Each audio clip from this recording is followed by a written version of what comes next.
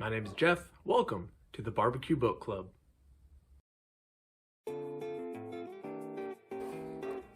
I have a problem.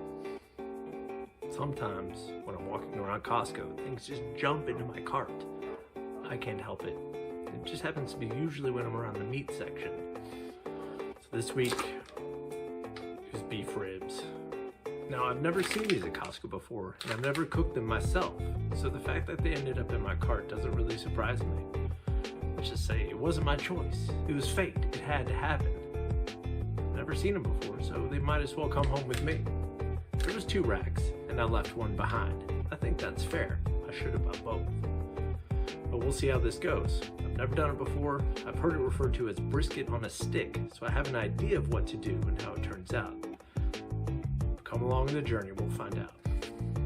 Because I've never cooked these before, I'm taking a page out of the Franklin barbecue book. He uses hot sauce as a binder before putting on the salt and pepper. He says you can't taste it in the end product, and otherwise that'd be fine with me because I like hot sauce a lot. Another interesting part of reading that was that they don't cook these every day. They only cook beef ribs on Saturdays because they take up so much space. For, space of 2 beef ribs, you could have a brisket. Right now, for reference, it's January 2021. This is $5.79 a pound, and I think brisket at Costco was $2.99 a pound, so I can definitely see where they're coming from.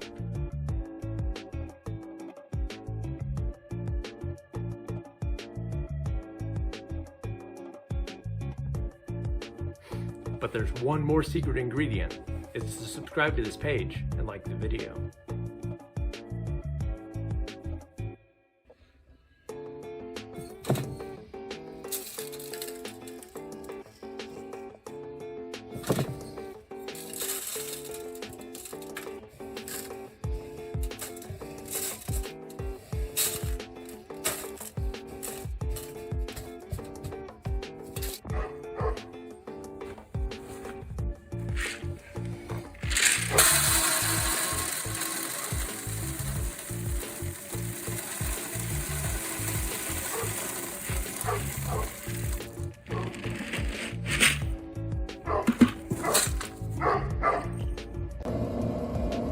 It is a very cold January morning.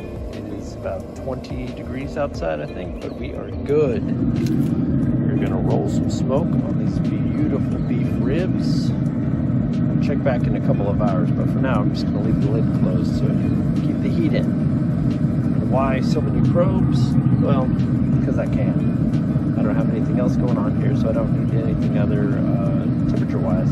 So I'll just keep them all in the beef ribs and watch them throughout the day from inside.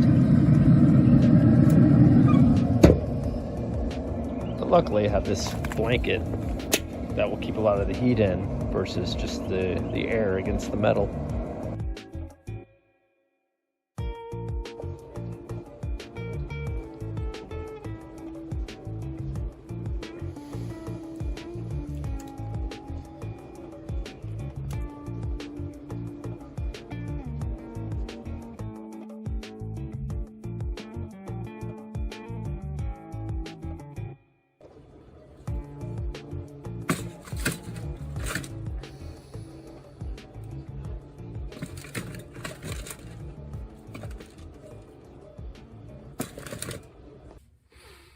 Beef ribs turned out amazing. It was easy and honestly a few hours quicker than if you actually smoked a brisket.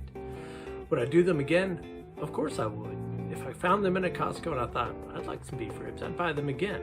However, I don't think I'd go out of my way to do it.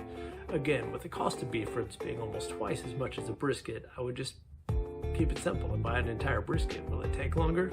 Yeah. But I think for the dollar, I'm absolutely getting way more meat at the end of the day. And I think that's pretty important. The texture on the beef ribs was a lot like a brisket, except it was on the bone. And those bones fell off easily, really easily. And some say that's not a good thing, I guess, if you're talking about pork ribs. But in this case, it was fine by me because I could just pick it up and eat it like a chunk of candy. It was delicious. It was juicy, it was moist and tender. Wonderful. If you go into the description, you might find a lot of resources, typically in the form of Amazon links of things that I find handy or useful in this recipe. And if you go through those and end up purchasing, they will send me a small commission, and that doesn't cost you anything extra, but I really appreciate it. Thank you.